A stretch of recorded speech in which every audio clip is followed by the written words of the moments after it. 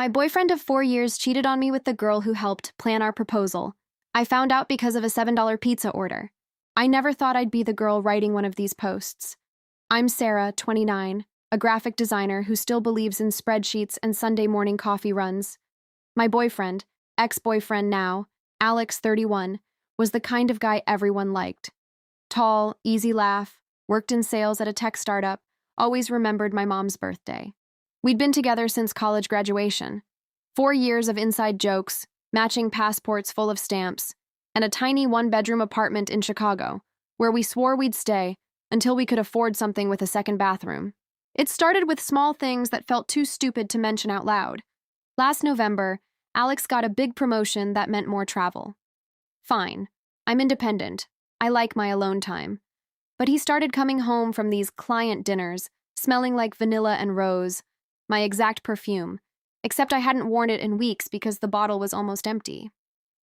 When I teased him about it, he laughed and said, "Some clients wear too much perfume, babe. You know how it is." Then came the phone. He'd never been protective of it before. Suddenly, it lived face down, and he took it into the bathroom to read the news. One night, I woke up at 3 a.m. to the sound of typing. His screen lit up his face in the dark. I pretended to stay asleep. The real crack appeared around Valentine's Day. I'd been dropping hints about wanting something thoughtful instead of the usual flowers. Alex acted mysterious and said he had a big surprise planned for March. He even asked my best friend Mia for help picking a ring style just in case. Mia and I had been inseparable since freshman year. She's the chaotic, magnetic one, always dating someone new, always traveling for her photography gigs. She told me she was helping him and made me promise not to snoop. I didn't snoop, not then. March came. No proposal. Just Alex saying the timing felt off because of work stress. I swallowed it. 2 weeks later, I got food poisoning from bad sushi and spent the entire day on the couch. Alex was supposed to be in Milwaukee for an overnight.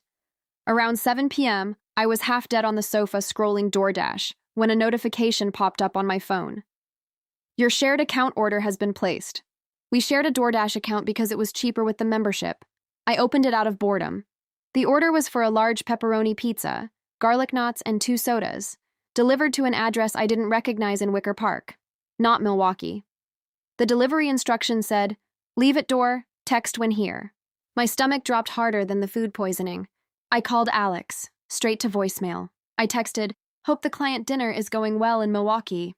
He replied 20 minutes later, "Killing it. Miss you. Home tomorrow afternoon." I stared at the little heart emoji in the delivery note until my eyes burned. That night, I did what every girl swears she won't do. I opened the shared Google Photos backup on my laptop. We'd turned it on years ago, so vacation pics would sync automatically. I filtered to the last month. There they were, dozens of photos taken from Alex's phone. Him and a girl with short bleached hair and a nose ring at a rooftop bar. Them kissing in an Uber. Her wearing his favorite hoodie in what looked like a morning after shot. The dates matched every overnight trip he'd taken. The girl was Mia. My Mia.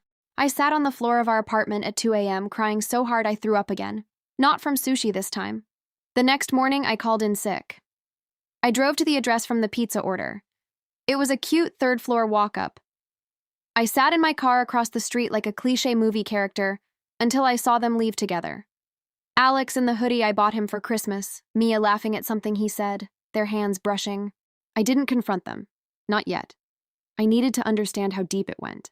Over the next week, pieces fell into place in that horrifying way where everything suddenly makes sense. The work stress that started right after Mia moved back to Chicago last summer. The weekends Alex said he was golfing with the guys, he was actually at her place. The time my favorite necklace disappeared and Mia found it for me 2 weeks later. She'd taken it from our apartment. The proposal he never gave me? Mia had been helping him plan it, until she became the reason he didn't want to propose anymore. I found their text because Alex, in his infinite sales guy arrogance, had linked his iCloud to our shared family iPad for photos. Amateur mistake. The messages went back 8 months. They started flirty at a group hangout I'd hosted. They turned physical 2 weeks after he told me he wanted to marry me someday. The worst part wasn't even the sex. It was the everyday intimacy. He sent her memes he used to send only me. He told her about his fear of becoming his dad, the same fear he'd only ever told me. She called him baby in the same tone I did. I confronted him on a random Tuesday. I waited until he got home from the gym. I had printed the photos, laid them on the kitchen table like a psychopath. When he walked in, he actually laughed at first, nervous, confused, until he saw my face. Sarah, I can explain. Don't. My voice sounded foreign, calm. Just tell me why. He cried. Real tears. Said it just happened. That Mia was exciting and unpredictable, and I was comfortable. That he loved me but felt like we were already married and he got scared. That he was going to end it. I asked him when he planned to end it. He couldn't answer. I told him to get out. He tried the "we can work through this" speech. I showed him the screenshot where he told Mia he was relieved. I hadn't pushed harder for the proposal because he wasn't sure anymore. He left that night. The next part is where it got truly unhinged. Mia showed up at my door 2 days later, crying, saying she was sorry, that she loved me more than him, that it was a mistake. She tried to hug me. I stepped back and asked her one question. Did you use the spare key I gave you to come over here and fuck him in our bed while I was visiting my parents in February? The look on her face was enough. I changed the locks the same day. Here's the part that made me realize how many of us are living in versions of this nightmare. I told our mutual friend group what happened. Half of them already knew. Not the full details, but they'd suspected something. They didn't tell me because they didn't want to hurt me, or it wasn't their place. I lost half my friends that month, gained something better. Brutal clarity. I'm not the cool revenge girl who burned his clothes or went viral on TikTok. I'm the girl who spent 3 weeks eating cereal for dinner and crying in the shower. The girl who had to delete 4 years of photos and relearn how to sleep in a bed that felt too big.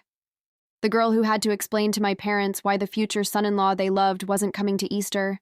But I'm also the girl who, last weekend, went to a farmer's market alone, bought flowers for myself, and realized I hadn't walked on eggshells in 18 days.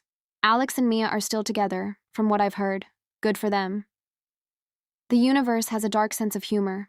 If you're reading this and you're in something that feels off in that stomach-dropping way, trust it.